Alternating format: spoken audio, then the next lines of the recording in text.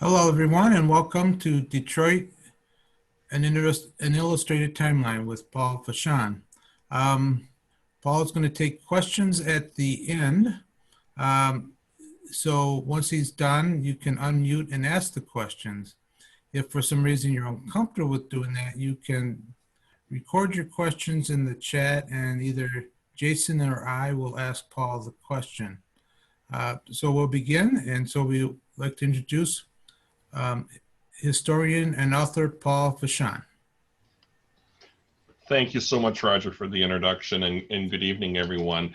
I have to say that it's great to be able to get back into doing these talks, even though this is the first time I will have done a presentation like this via Zoom. I was just telling Roger, I've used Zoom for other purposes, but I normally am accustomed to doing these things live in the physical presence of my audience, but of course, what's going on in our nation makes that impossible. So this is a great alternative, and I'm excited to share what I have to share with you. It's the same presentation I would be giving if I were, present, if you were present in the library and I were there also too. Well, my presentation is about my book, Detroit, an Illustrated Timeline. And this book came to be through a very fortuitous circumstance for me. About 3 years ago, I was contacted by Reedy Press. That's spelled R-E-E-D-Y Press. They're located in St. Louis, Missouri. And they had seen some of the other shorter books that I had written on Detroit history. I'm a freelance writer and author by profession.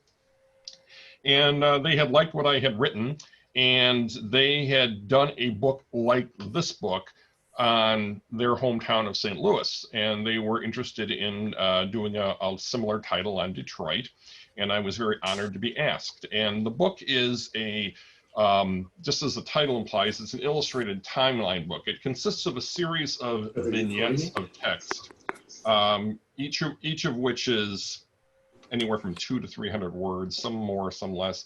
And most of them describe a seminal event in Detroit's history. And I start all the way back, even before Cadillac landed in 1701, and I go up to the fairly recent past, about the time of the city's bankruptcy. I'd ask that you mute yourself if you haven't already. They fasten. Okay, let me stop because I can't. Please. Sorry. Okay. All right, thank you. So I'm going to get started. I have a series of slides, and each one is a representation of a particular vignette in the book. I tried to pick the best of the best, and I have interesting comments to share on each one, and then I'll take questions at the end. Excuse me. I titled my presentation "Detroit Through 3 Centuries," and I took this picture actually in 2016. This is at the beginning of the book. I was standing underneath the Ambassador Bridge when I took this picture, which I'm pretty proud of. So that shows you the recent task. But going way back, we always think of Detroit as having begun in 1701, when it was when the city was founded by Antoine de la Motte Cadillac. But prior to that, for actually centuries really, this area was a home to several Native American tribes. And the reason that a lot of times they clustered here was for the same reason that Europeans often settled here too. And that was because the advantage of having the river, which provided transit to points north and south, and also the flatlands of southeast Michigan could be traversed easily by paths and roadways and that sort of thing. And there's a hint of that that's present today, because if you look at this slide, and you'll notice that I've got outlined on here what I call what's called the Shiawassee Trail, the Saginaw Trail, etc. These trails actually are pretty much congruent with modern day roads that occupy pretty much the same pathway. The Saginaw Trail is roughly the same as Woodward Avenue. The Shiawassee Trail corresponds to Grand River, and the Great Sauk Trail, Michigan Avenue.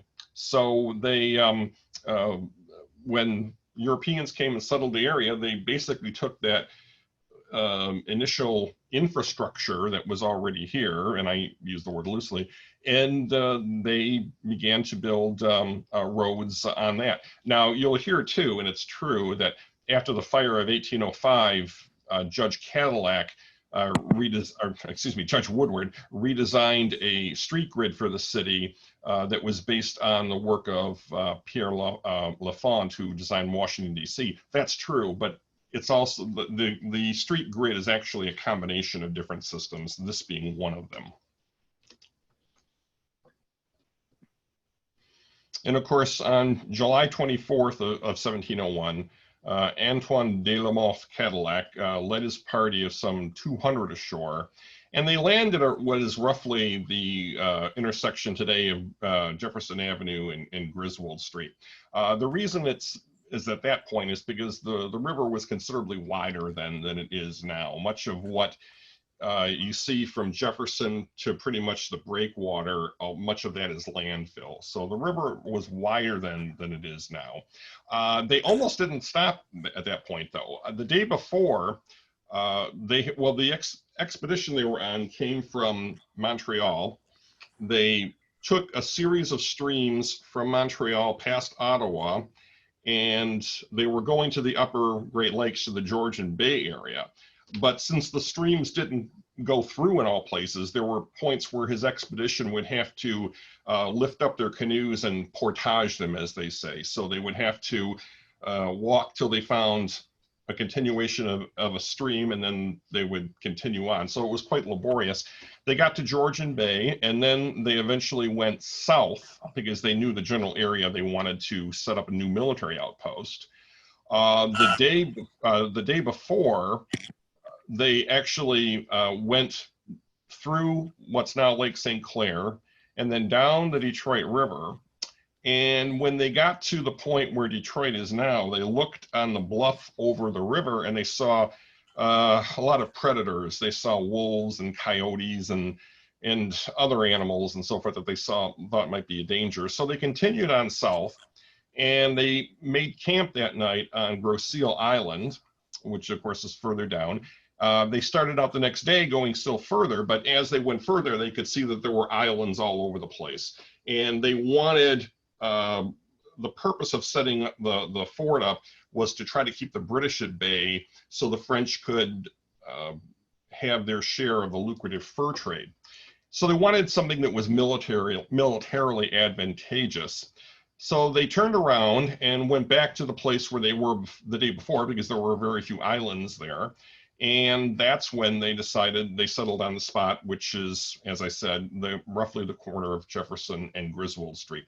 The big advantage, of course, is it's clear, other than Belle Isle, there's really no big islands around, because it offers clear visibility across the straits and so forth. So, and it's up fairly high too. And that was the big advantage. There were roughly about 200 men in the expedition. Half were Frenchmen and the other half were Native Americans.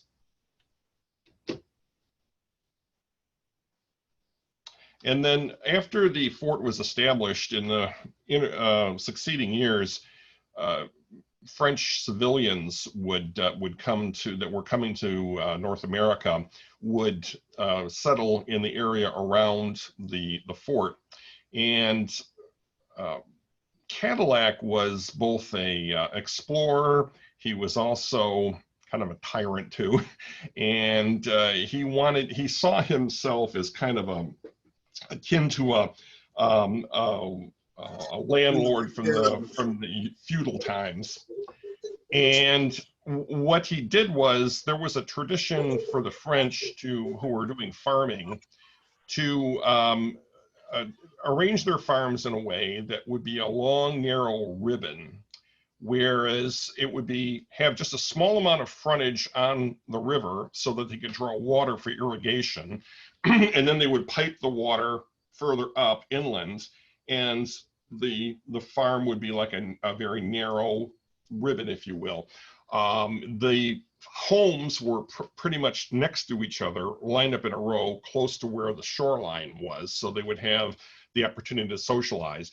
corn, soybeans, and some other vegetables were pretty much the common crops.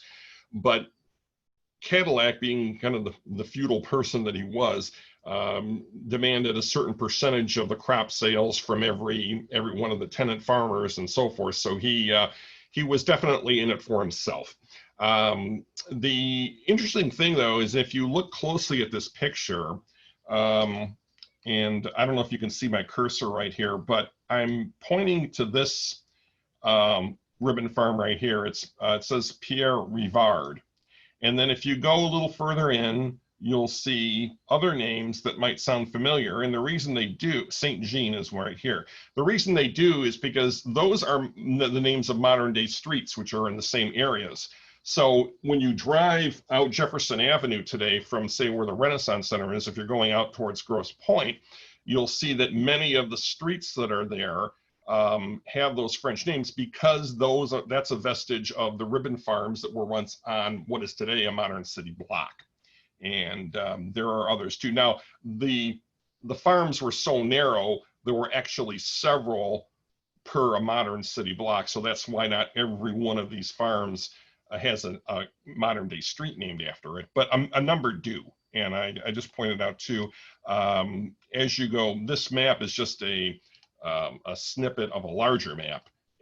But if you look at the whole map, it goes out further, and really pretty much all the way into modern day Grosse Pointe. Really, the chain of ribbon farms was so extensive, and it also went south of where the fort was too, going what we refer to today as downriver. And the island that you see in the river right there, La Belle Island or Hog Island, that's of course Belle Isle. It was called Hog Island at one time because the French farmers who had raised hogs, in order to prevent them from getting away, they would put them on the island. So if they were on an island, they couldn't escape. The island was pretty big, but they would be on the island. And the French method or concept of land use was such that it was more of a shared thing. Later on, when the British came in, they insisted on a more rigid system of land ownership, which is pretty much the modern concept. But at the time back then, the land was more of a shared type of thing.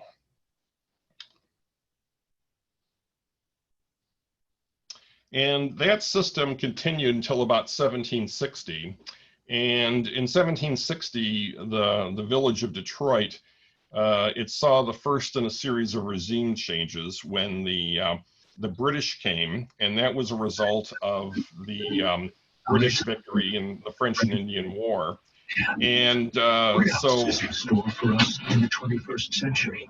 Could you mute yourself, whoever that is, please? Thank you.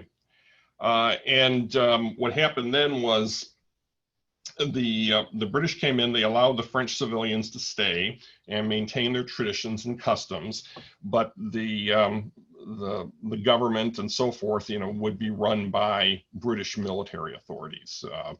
It was still very much a colony at that point. The United States was soon to declare its independence, but that did not include what is today Michigan.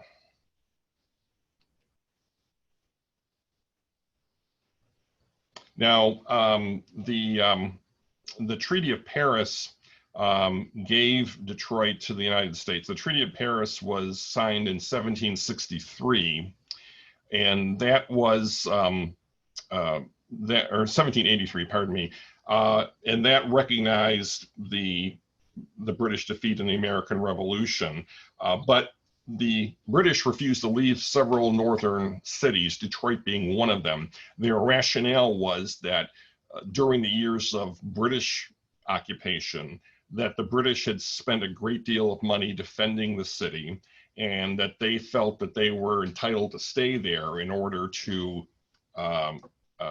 basically get a return on their investment, if you will.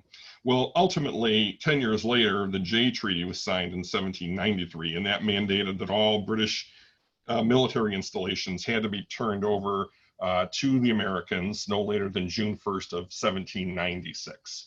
And after that point, Congress passed the Northwest Ordinance, and Michigan became a territory shortly after that.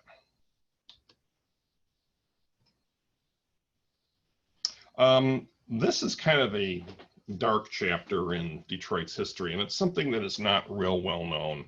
And that is during the French era and the British era, but it started with the French and continuing on into the American period, there was actually slavery in Detroit. Now, we always think of slavery as something that was limited to or mostly identified with the American South, but it was by no means limited there. It was strongest there.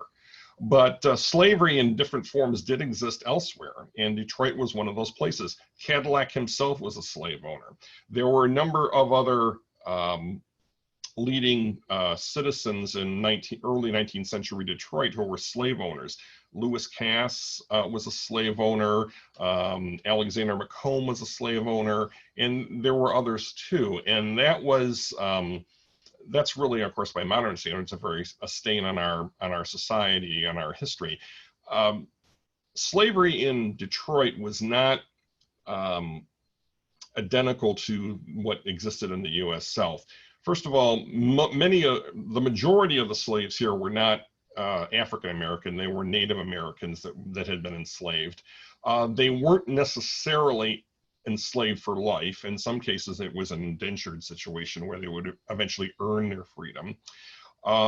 Then there was also the understanding that children that were born to slaves were not necessarily themselves born into slavery. So those are all important distinctions from slavery as it existed in the American South. But nonetheless, it did. This document right here, I found at the Burton Historical Collection at the Detroit Library, and it's correspondence between a gentleman in upstate New York with someone locally about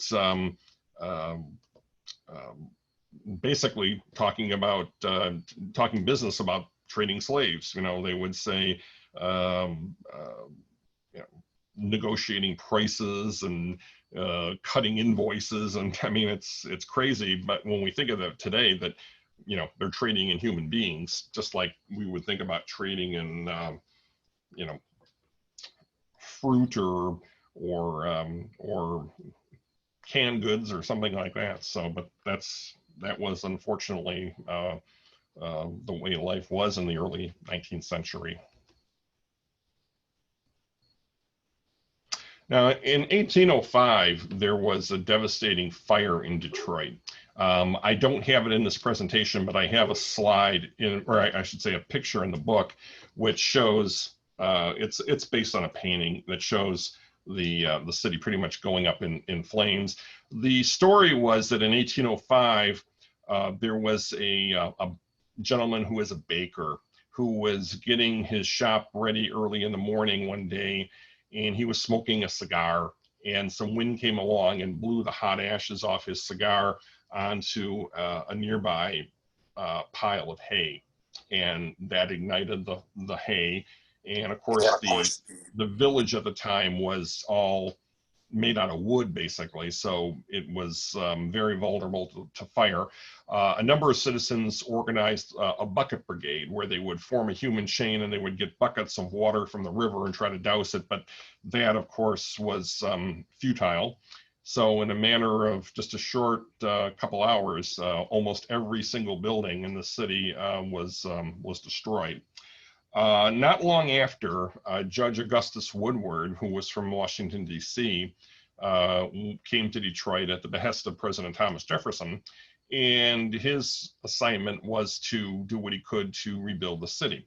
He partnered with a Catholic priest who was named Father Gabriel Richard, and together they designed a school system.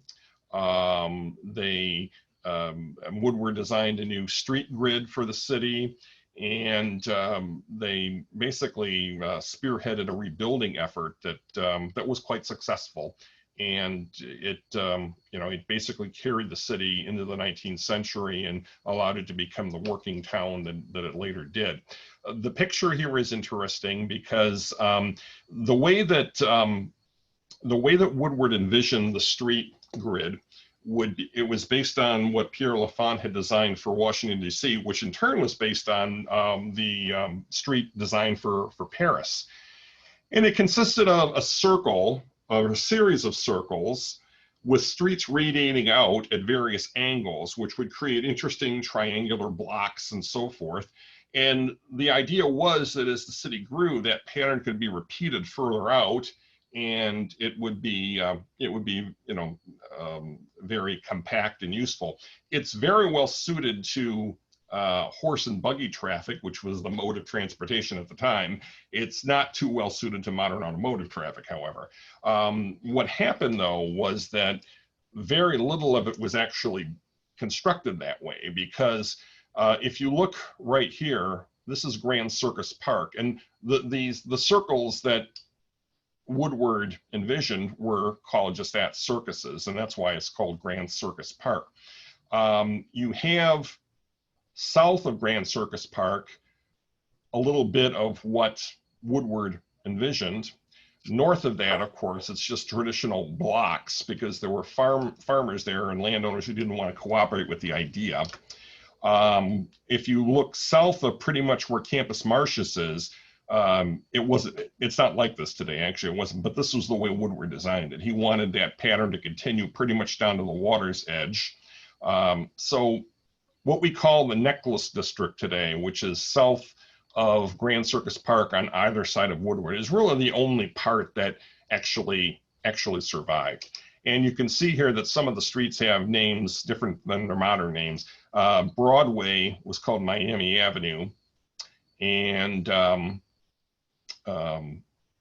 Washington Avenue, of course, is Washington Boulevard. It later was called Wayne Street, and then it reverted back to Washington. Grand Avenue here is what really is Cadillac Square. So there's a few differences too. And there's actually a number of streets throughout the city that have changed names over the years for various reasons. One example is just north of downtown, you have Temple Street, where a Masonic temple is built. And it was named that because, of course, renamed that because of the construction of the temple. The original name was Bagg Street, spelled B-A-G-G.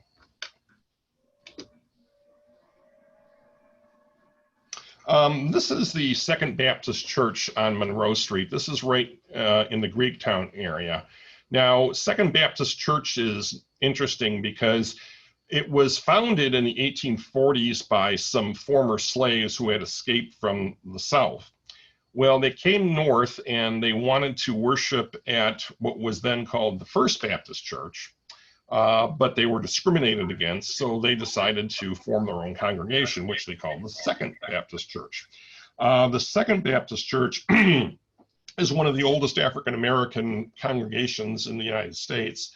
And it's interesting because in the decades after it was built, and for some years after, it became a way station really for the Underground Railroad. Now, that was a series of safe houses that would assist escaped slaves from the South. After the Fugitive Slave Act was passed by Congress in 1850, that allowed slave hunters to go anywhere in the United States to try to apprehend escaped slaves. Well, since Detroit is on the international border, Second Baptist was a safe house that was pretty much at the terminus of the Underground Railroad. It actually had a code name. Detroit's code name was called Midnight. Well, what was often done was that once night would come, escaped slaves that were being harbored in the basement of the church would be spirited out by sympathetic whites or free blacks, and they would be taken down to the water's edge, and there would be rafts there that would escort them across the river to Windsor. And then, of course, once they were in Windsor and they were in Canada, they were out of the country, they were beyond the reach of Southern slave hunters. And that went on for quite some time, actually, and really until the end of the Civil War, or at least the beginning of it. And there are many, many descendants today in southern Ontario, whose ancestors were escaped slaves who came through Detroit, and Second Baptist. There were other safe houses in Detroit too. Second Baptist was one, but it was a major one. If you go there today, they have a museum set up in the basement that pays tribute to that effort.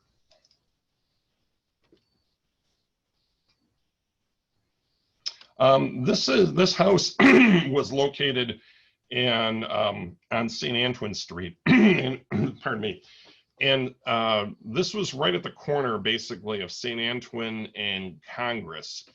Today, St. Antoine dead ends right there because there's the big campus of the Michigan Blue Cross Blue Shield building. But this house was pretty much on that spot in the mid-19th century, and this was the house of Isaac and Sarah Cousins. Now, that's not to be confused with James Cousins.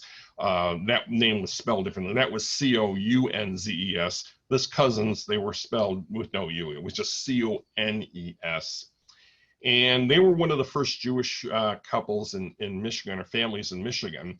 By 1850, there were at least a dozen, and they decided to get together to form their own congregation, their own synagogue. And at very first, they met in the Cousins' house, which is pictured here. They later hired a rabbi who conducted some services in some rented quarters on Jefferson. And initially, the congregation, which they named Temple Bethel, by the way, observed a very, very strict Orthodox form of Judaism.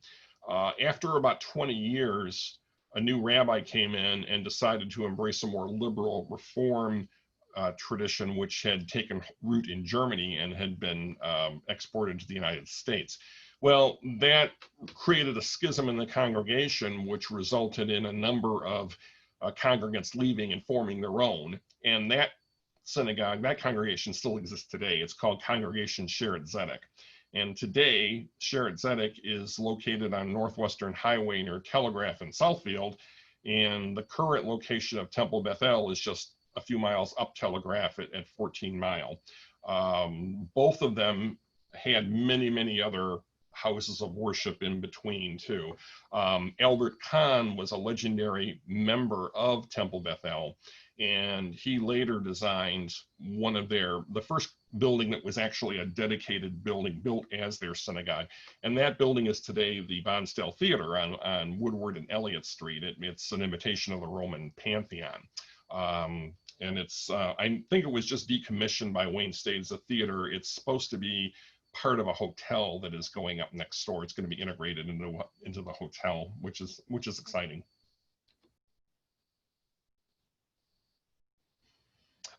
This is a picture of the Campus Martius area in 1915. Now, the reason I have this slide here is because, well, a couple of reasons.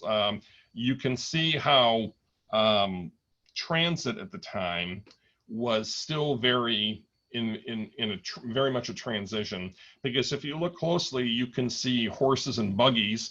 But then if you look at the large building in the center, which was what was then called the Pontchartrain Hotel, the original Pontchartrain Hotel, and if you look right by the canopy at the entrance there, you'll see a few cars. So at that time, horses and cars were pretty much sharing the street, which didn't always, didn't always end real well. Because sometimes these cars had a tendency to scare horses, and there were accidents and that sort of a thing. But the other reason I shared this slide is because of the monument that's right in the center. And that is the Soldiers and Sailors Monument, which is one of the most noteworthy monuments or pieces of public art, I think, in Detroit. In 1861, when the Civil War began, President Lincoln called for volunteers. This is before there was conscription. And Michigan was the very first state to send volunteers, troops to Washington to be mustered and then to be dispatched to the field. And there were at least a couple thousand soldiers in about two or three regiments, each of which was made up of 10 companies. And obvious fact was that as the war started and it became much bloodier than anyone expected, that a lot of Michigan soldiers would not be returning, and that they would lose their lives on the battlefield. Local community leaders in Detroit wanted to design and commission a memorial that would pay tribute to these people, and the money to raise it, or to construct it, actually was raised by school children. There was a Methodist minister in town who organized a fundraising drive. There was a lot of debate as to where they were going to put it, but ultimately it was put in Campus Martius, and it's still there today too. It was ground was broken on the monument in 1868, and it was finished and dedicated in 1872, and it's really a very interesting design. It was designed by a gentleman from Ann Arbor named Ray Rogers, and he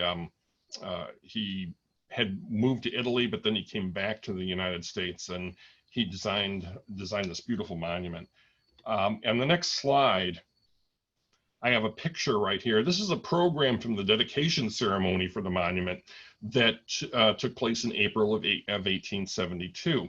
And what's interesting is that the actual monument has 4 different tiers of statuettes, and the first one on the bottom are eagles representing the military as a whole.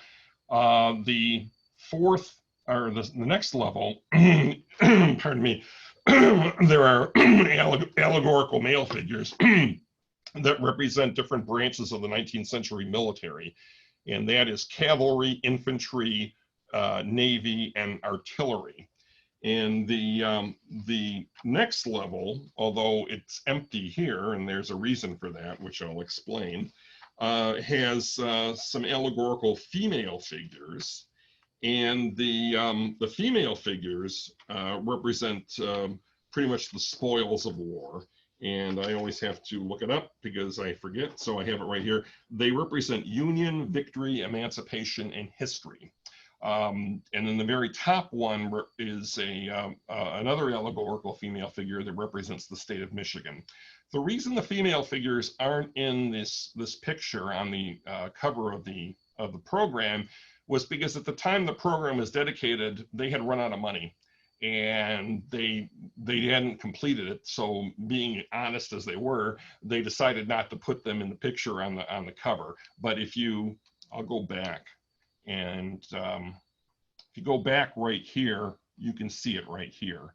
These are the male figures, these are the female figures, and it's nice thing about this monument is it's there today, and it's something that we can enjoy today too, just like Detroiters in the 19th century did. I personally love it.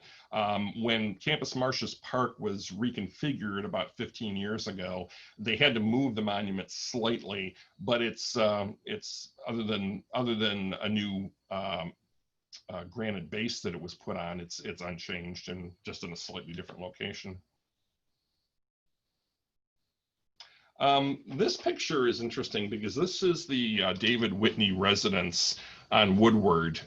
This was constructed by lumber baron David Whitney in the 1890s. Now, of course, you might recognize it today as being home of the Whitney restaurant, which is a very high, fancy restaurant, a high-end restaurant. David Whitney was a businessman who came to Michigan from the Boston area. He was already successful there, but he came here and he wanted to, his wife wanted him to build a house for the family that was indicative of their station in life, because he had become very prosperous in the lumber trade here in both in Massachusetts, but more so here in Michigan. So he commissioned this house, and it took a couple years to build. It's clad in what's called pink jasper stone on the exterior that was quarried in South Dakota. Pink jasper stone is extremely, extremely hard. So when the tradesmen were actually cutting the blocks of stone to construct the house, their tools were always dulling down and so forth. So they actually had to set up a temporary blacksmith shop in the back to continuously allow the tool supply to be replenished so they could complete the job. But it's just a wonderful, wonderful building, and I've been in it several times, and it's just a great place to relax and so forth. After David Whitney died, he died in 1900, and his family continued to live there for several decades.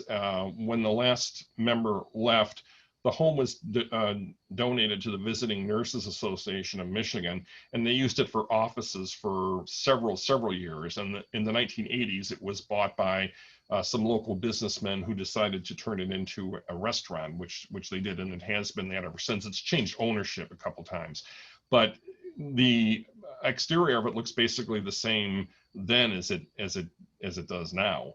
And there are some stories that are associated with this house that are of a paranormal nature. Not everyone believes in that type of thing. I personally don't. But there are people that have worked there or have been guests there who claim to have seen some rather unusual things. I interviewed the owner, and he told me that he had a bartender who worked for him at the bar on the 3rd floor. And he was working one night waiting on a customer, and while he was doing that, an older couple came up the stairs and walked into an adjacent room. Well, when he was finished with his customer, he wanted to go in there to see if they wanted a drink or if he could do anything for them. And he walks into the room and they're gone. There's nobody there. And that was, things like that had happened to this bartender prior to that. And he was spooked enough that he tendered his resignation because of that experience. So be that as it may, it's, kind of a, something just to think about or whatever. So the house, I love talking about the house. When David Whitney designed the house, he grossly over-engineered it because hardwood floors, which are usually only about a ½ an inch thick, are about 4 inches thick in the case of this house. The thing about the stone, which I mentioned, it's built just as solid as a rock. Now, if you look at the building that is just up the street, if you look just over the heads of those the women standing there, that building was the original home of the Detroit Athletic Club, which of course is today downtown on Madison Avenue. And David Whitney was a member of the club. And behind the club, there was a very large polo field where the members would do different sporting events and so forth. And there were a lot of balconies built on the back of the house. So David Whitney and his family would be able to sit out there and watch the different sporting events go on and so forth. What I really like about this picture the most, though, is you can see how narrow Woodward Avenue is there and how tree-lined it is. It's just like a quiet residential street, nothing like what you're used to seeing today, certainly.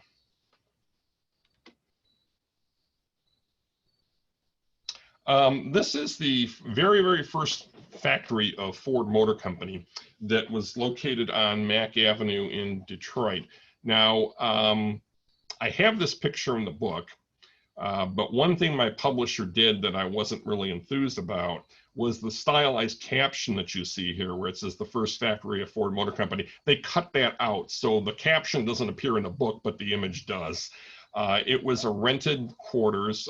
Ford Motor Company was chartered in 1903. Interestingly enough, it was actually Henry Ford's 3rd attempt to enter the car manufacturing business. His first 2 efforts ended in failure. The first one was called the Detroit Automotive Company, and he was hired. Investors started the company, and they hired him as a chief engineer, thinking that he had the talent and the wherewithal to develop and market a car. Well, that was in 1900, and that didn't go so well. Henry Ford was very undisciplined and often went AWOL and so forth. So after less than a year, the company folded. And then some other investors saw some promise, though, in the work that had been done, and they decided to try again. and they called that company the Henry Ford Automotive Company. Well, unfortunately, the same thing happened again. So the design work that had been done, Henry Ford was paid X amount of money, I think it was around $600, and his design, if he would just do them a big favor and just go away. Well, he did that. The company was going to liquidate, but it stayed around based on the recommendation of an expert appraiser that had come in. And that company continues to exist today. That company became Cadillac. And of course, that's part of General Motors today. Well, in 1903, Henry Ford got the attention of some investors after he won a race with a race car that he had built. It was an old racetrack in what is today Grosse Pointe. And he was given one more chance. And this time it worked. And he had about 13 different, he was one of 12 investors. When he very first started, the Dodge brothers, Horace and John Dodge, supplied transmissions and engines and other mechanical parts for his very first cars, which was not the Model T, it was actually called the Model A. And the Henry Ford quickly fell behind in the payments. So, and they weren't incorporated yet at that point. So what Henry Ford and his allies said, all right, what you'll do, we'll incorporate and you'll be a 10% owner in this company, Mr. and Mr. Dodge, if you forgive the balance that Henry Ford owes you, and if you also invest another $3,000. Well, that represented a total of a $10,000 investment by John and Horace Dodge. And that was in 1903.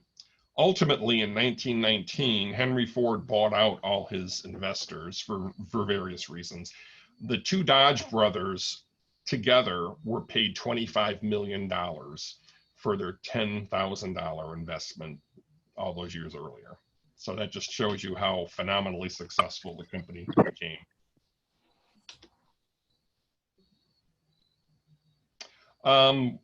As the auto industry continued to prosper and it dealt with many of the economic disruptions of the 20th century, of course, the most severe of which was the Great Depression, well, that stimulated a lot of workers to organize labor unions.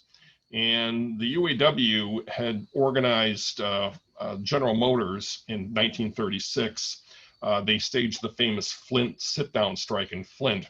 And after a couple of months, GM finally agreed to recognize the UAW.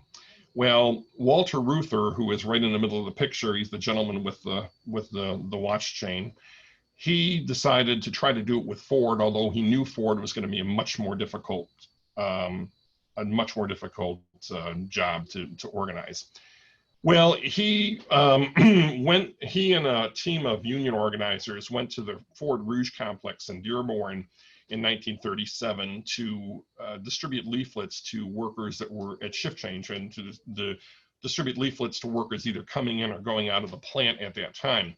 Well, they were doing that when a Detroit News photographer got the idea of asking them to go on the overpass and take pictures of them with the Ford Motor Company sign in the background, which you see right there. Well, they did that, and while they were doing it, they were approached by members of what's called was euphemistically called the Ford Service Department. They were actually hired thugs that were employed by Ford Motor Company to suppress any attempt at unionization. And those are the gentlemen that you see on the left-hand side there, and they are about to savagely beat Walter Reuther and the other organizers, which they did. The photographer from the Detroit News, his name was James Kilpatrick. He took this and some other pictures. Well, after the organizers were beaten, the Ford people went to the media that were standing nearby, and they tried to confiscate cameras, expose film, steal notebooks, etc. But for some reason, Kilpatrick was unnoticed. They just didn't see him or whatever. And he walked down the steps to the driveway. He had a driver there in his car, so he gets in the car with his camera and his plates, and he said, "Let's get out of here." So they're driving away, and then they get stopped by a security guard who demands their photographic plates. Well, he had hid the plates underneath the seat, so he handed over some blank ones and fooled the guy. Well, they got back to the Detroit News Building downtown, developed the pictures, and soon, within a few days, the pictures were all over the world, and it severely damaged Ford Motor Company's reputation, and Henry Ford's personally, too. It would be another 5 years before Ford finally recognized the UAW. But this was a vital step in the process. What's really noteworthy was that at the time these pictures were taken, there was no Pulitzer Prize for photography. These pictures inspired the creation of it, which I think is very, very noteworthy.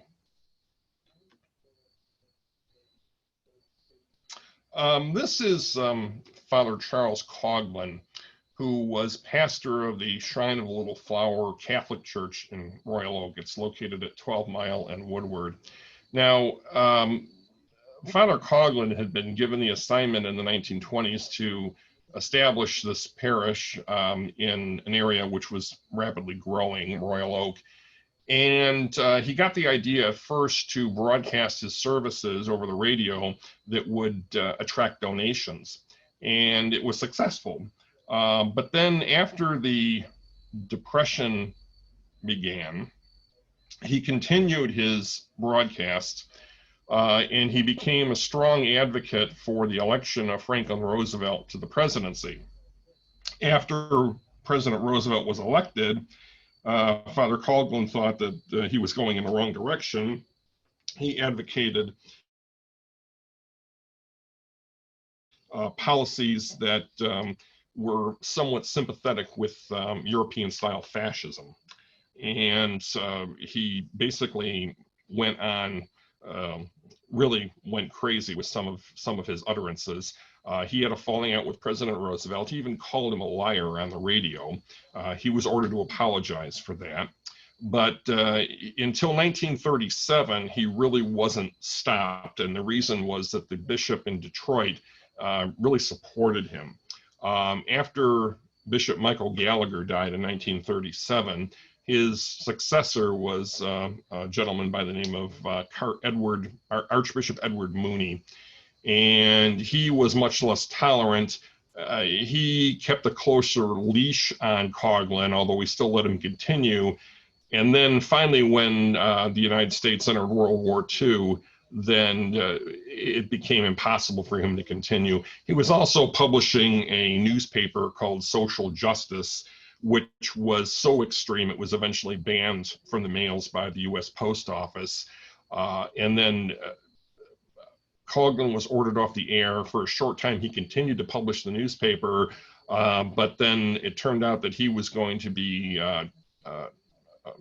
indicted on federal sedition charges, and only his last-minute pledge to stop publishing the newspaper prevented his prosecution. So he was a very, very difficult problem for not only the nation, and for the Catholic Church here in the Detroit area.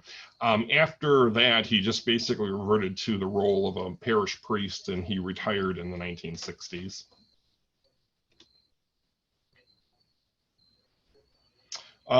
These are B-24 Liberator bombers. Even before Pearl Harbor, President Roosevelt saw that U.S. involvement in the war was inevitable, that it was going to happen.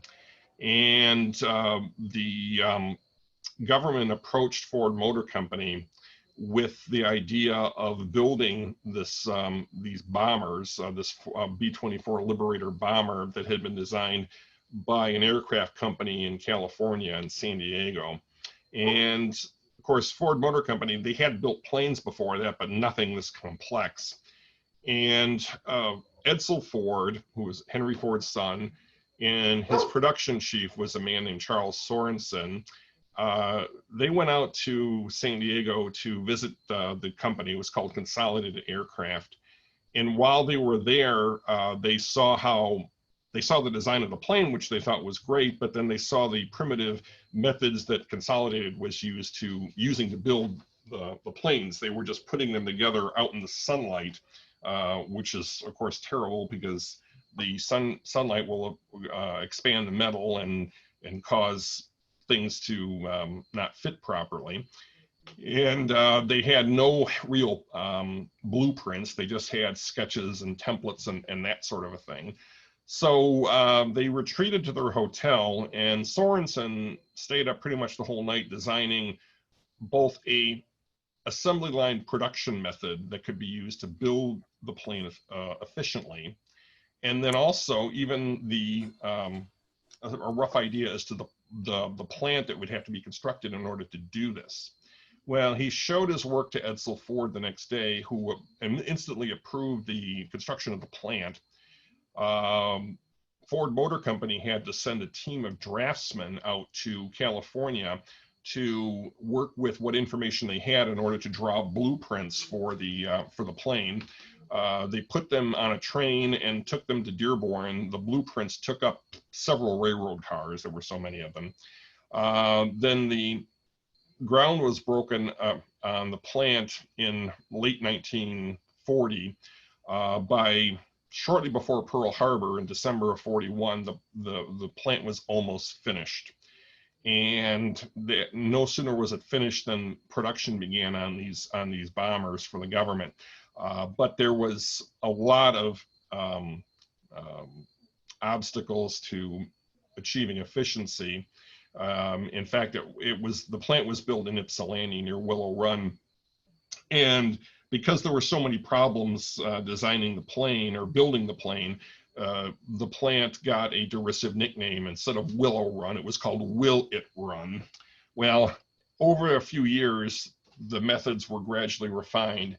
And by 1944, the plant was successful in building one B-24 bomber per hour, 7 days a week, or 24 hours a day, 7 days a week, every day of the year. They never stopped until the war ended.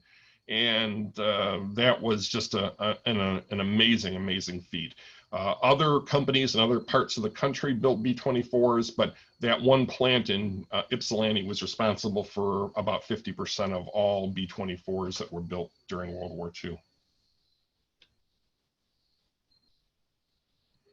And of course, this is not really about Detroit per se, but about the nation. Peace. This is a copy of the Free Press that's dated August 15th, 1945, and that's when Japan announced their surrender after the United States had dropped atomic bombs on Hiroshima and Nagasaki. Because of what I was saying a moment ago, where Detroit contributed so much to the war effort, and the B-24s are only part of it, the victory meant something special for the whole nation, but especially here in Detroit, because there was such the city had just exerted so much effort in trying to defeat the Axis. The reason I put this in the book is because a lot of times, in fact, very often, we talk about not only national history, but also local history, talking about pre and post World War II. That's the dividing point. And that's very true here in the Southeast Michigan and the Detroit area, because so many things happened right after World War II that shaped the way the city is today, for better and worse, that the end of the war is that punctuation mark that is so important, and that's why I devote a little bit of attention to it. And of course, one of the things that occurred in the aftermath of World War II locally and nationally too was the development of suburban shopping malls. And Northland, which is now closed in Southfield, was not the first, but one of the very first major shopping malls opened anywhere in the United States. Excuse me. And in 1949, there was a gentleman who was an architect who was in exile of the war from Europe. His name was Victor Grun, and he was from Austria. And he visited the Weber brothers, who ran the J.L. Hudson Company at the time, and proposed this idea of 4 regional malls in the modern sense, but although it was a new concept at the time, which would be anchored by a Hudson store, and then it would have specialty stores surrounding it. And he wanted to give them directional names: Northland, Eastland, Southland, and Westland. Well, at first, the Weber brothers weren't too enthused with the idea. They thought that suburban expansion really wasn't going to happen at that point, so they turned him down. But about 2 years later, they changed their mind and they decided to do it. And Northland and Eastland were the first that were planned, but the Korean War was going on at that point, and there was a critical material shortage, so only one could be constructed, and that was Northland. Northland opened in the summer of 1954 to great acclaim. At the time, nobody really thought what the ultimate impact would be, and that is that it would be the first step in a long process that would pull shoppers from the main store downtown and, you know, begin to basically compete with themselves, if you will. The sales at the downtown store went up every year until 1954, when they began to decline. And of course, that's the same year Northland opened. So as you can see, was not a coincidence. But Northland was wonderful. I live near Northland. Unfortunately, it's abandoned today. But when it was in its heyday, the opportunities, the shopping opportunities and amenities it offered were wonderful. One of the nicest things was just the beautiful, beautiful collection of outdoor art that it had. You can see the boy and bear sculpture right in the center of the picture. That's now at the Southfield Library. So it was saved when the shopping center was closed a few years ago. And expressways, of course, was another hallmark of post-World War II Detroit. This is a picture of the Lodge Freeway looking south, pretty much from the Wayne State area. That's the intersection of the Lodge and the I-94, the Edsel Ford. You can see the Jeffries housing project on the right-hand side of the picture, and then you see downtown on the left. Freeways have a mixed blessing, really. They make it easy to get from point A to point B, certainly, if you're committed to using a car, which many people are. But they destroyed neighborhoods. They were very disruptive in many cases to communities that had prior to that been cohesive places and so forth. The most egregious example was when the Chrysler Freeway went through the east side, lower east side, and it went through what was at the time called the Black Bottom area.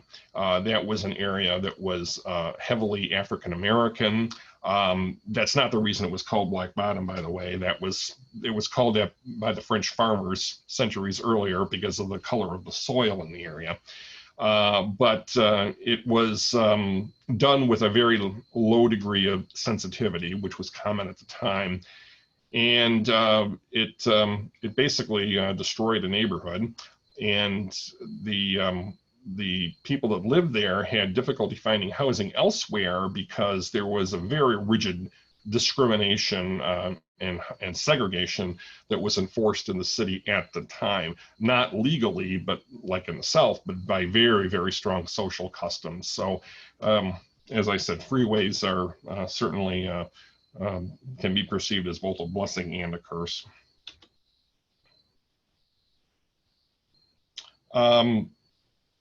In the years following, from going into the 50s to the 60s, racial tensions continued to build in Detroit. And in 1963, there were two members of the Detroit City Council, It was called the Common Council at the time. Larry Patrick, I think his first name was Larry, and Mel Ravitz, who proposed a open housing ordinance, and that would outlaw racial discrimination in real estate sales. Well, unfortunately, it was rejected by the city council by a vote of 7-2. And this was kind of conceived as a counterintuitive event, because at the time, Jerome Kavanaugh was the mayor of Detroit, and Detroit was looked at as a very liberal, progressive type of city. And yet, the city council did this. Now, at the time, city council members were elected not by district like they are now. They were elected just on a citywide basis. And the city was still probably at least 75% Caucasian at the time. And the bigotries that many of the white populace had was made known to their council members, and the vote can probably be seen as a reflection of that. So the insurrection that occurred a few years later, I think it's very reasonable to draw a causal relationship from this event to the beginning of the riot. There were other reasons too, such as police abuse and police brutality, but housing discrimination was certainly a major cause.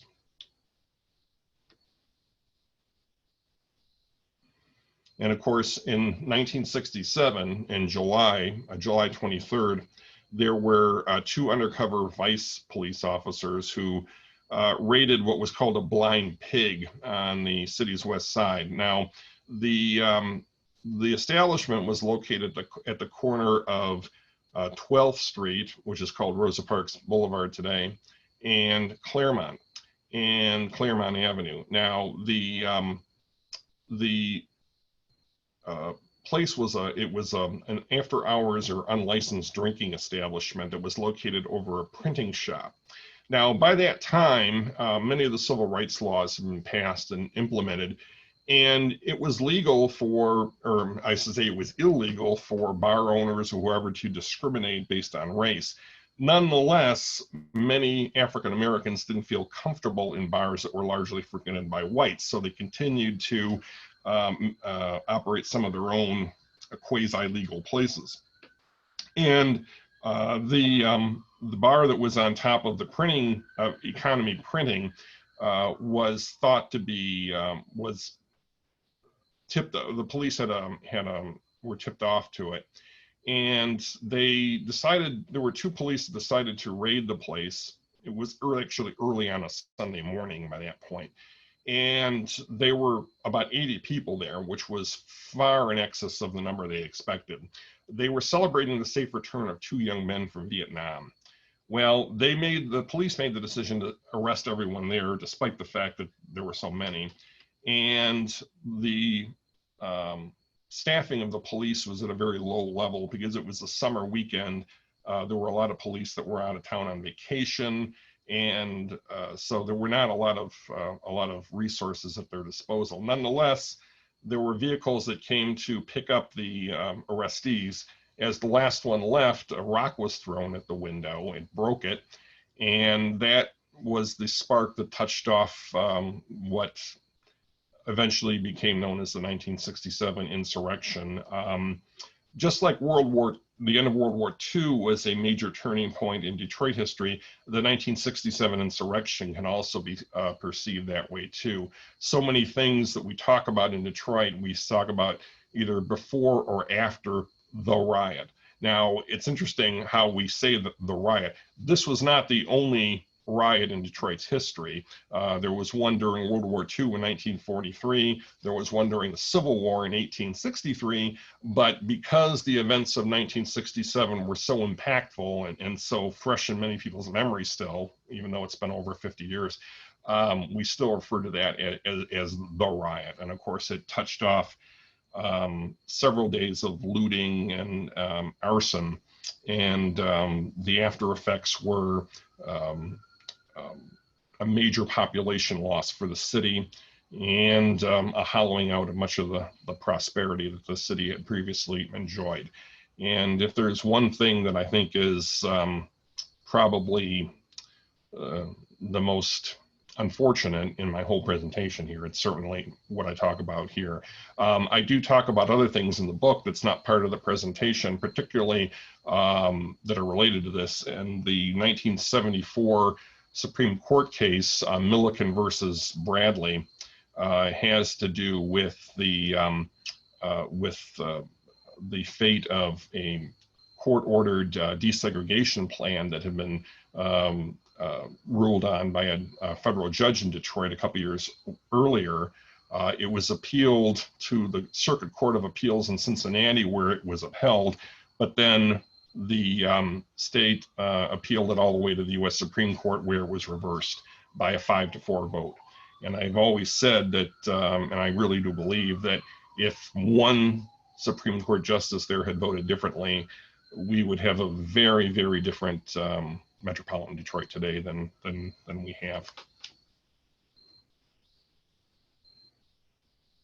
And I end with this, and this is a picture I took myself. This is looking down Woodward Avenue in 2018, which is when I completed the book. And I took this picture. Normally, when you see a picture of downtown Detroit, you're accustomed to seeing it from across the river in Windsor, and you see the Jefferson Quarter. I decided to take it from the other side. And you can see, I like to think that this picture represents hope, because you can see the renewal that's going on. Granted, it's only a small sliver of the city's 139 square miles, but it is essential progress that's been made. And since I took this picture, that trend has continued. Now, it's probably interrupted a little bit right now because of the paralysis we're experiencing because of COVID-19. But there's a lot of reasons to be optimistic about the future of the city, and I share in that. I'm kind of think of myself as an eternal optimist. So that's how I end, and I'll be happy to take questions. So Roger, do you have any that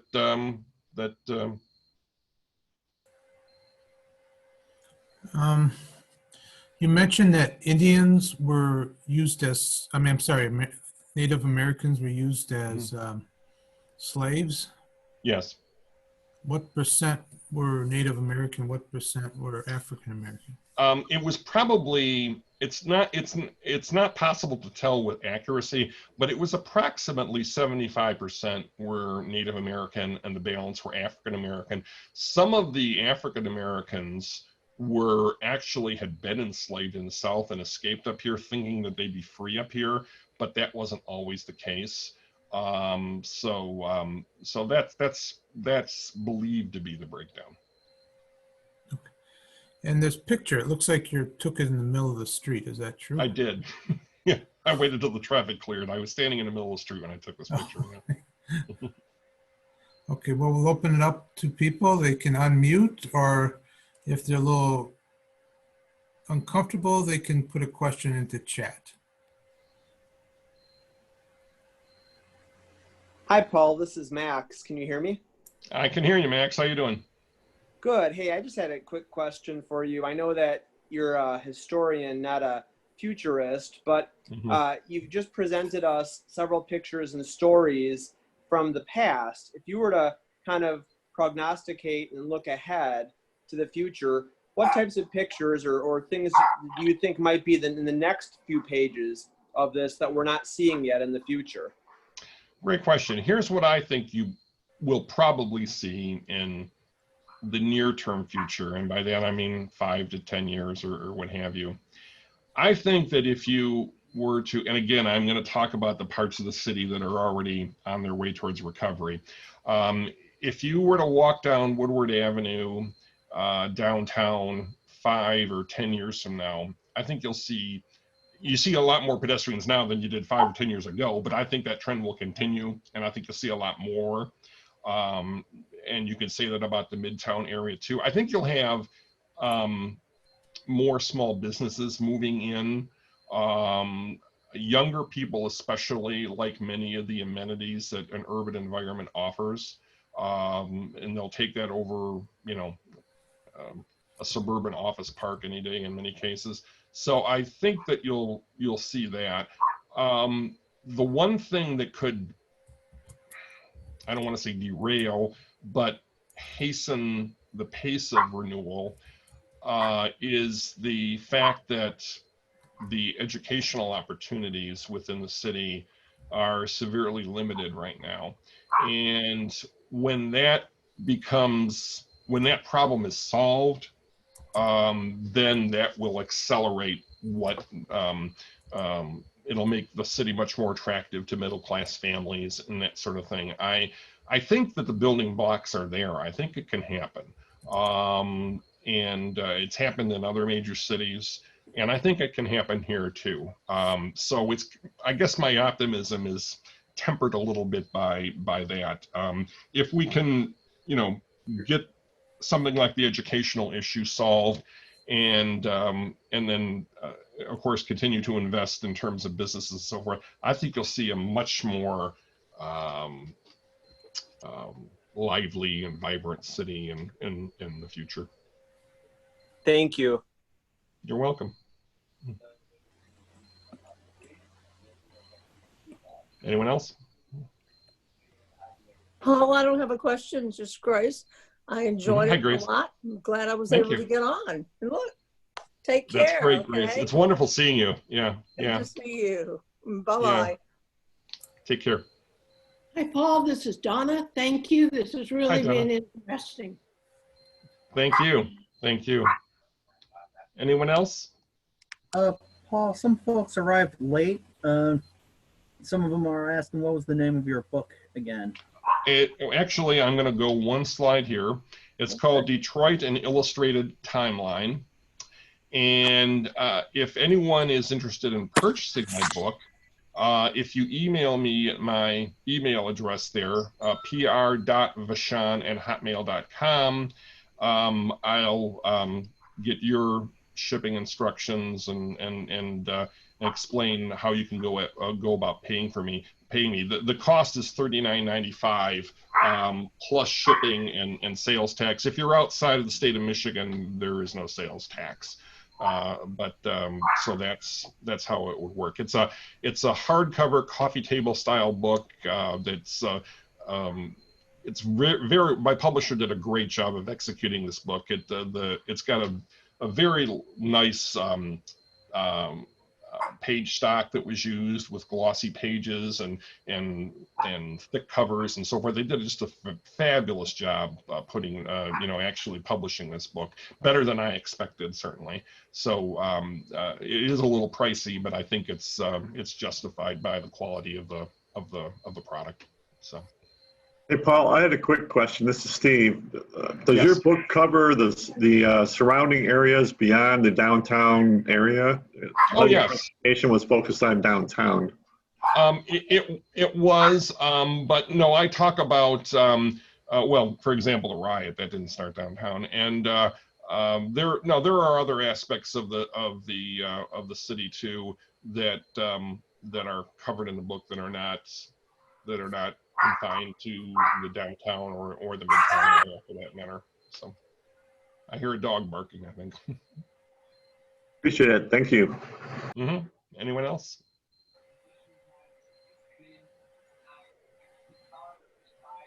Okay. All right. Well, I want to thank everyone for attending virtually. And if you're interested, like I said, in purchasing my book, my email address is right there. I'll leave this up for a few minutes, and you can get in touch with me. And I'd love to be able to share my work with you. So I really appreciate your coming this evening and listening to my presentation. Putting the book together was really what I would like to call a labor of love, and it was a challenge that I am really glad I accepted when they came to me. I'm currently working on another book for the same publisher, and it's also going to be a case style book like this, coffee table style book. and it's on the history of the Detroit auto industry. Like the first book, the publisher did a book on the auto industry in St. Louis. Now, being here in Detroit, we think of us as the entirety of the auto industry. We're the center of it, but we're not the entirety of it. So they did a book on the St. Louis auto industry, which was well received, and they commissioned for me to do a book, an illustrated, and it's in the same format as this, an illustrated timeline book on Detroit auto history. And I'm currently at work on that. It should be out in October, roughly October of 2021, so a little over a year from now. We'll look forward to that. One last question. The images, the photographs that you have in your book, are those like free out there, or do you have to pay? They run the gamut. Some are copyrighted, others are not. The picture, for example, of the David Whitney mansion that's in there, I got that from the Library of Congress, which has a lot of royalty-free images. There are other images that I obtained from the Walter Reuther Library at Wayne State that are their property, so I had to pay to use those. And then there are modern images too that I took myself. For example, the image that early in the presentation of the Union Jack there that was flying, I took that picture myself. And the very last one down Woodward Avenue, I took that myself too. So there are various sources for the images. Anyone else? I'll make sure our library has a copy of Detroit an Illustrated Timeline. I appreciate that. Thank you. Anyone last minute questions? Well, thank you, Paul, and thank you. Congratulations on your first virtual presentation. Yes, it was a lot of fun. And we'll keep you in mind for future presentations as well. Thank you so much. And thank you for coming, everyone, and have a wonderful evening. Thank you, Paul. It was a wonderful presentation. Thank you. Thank you.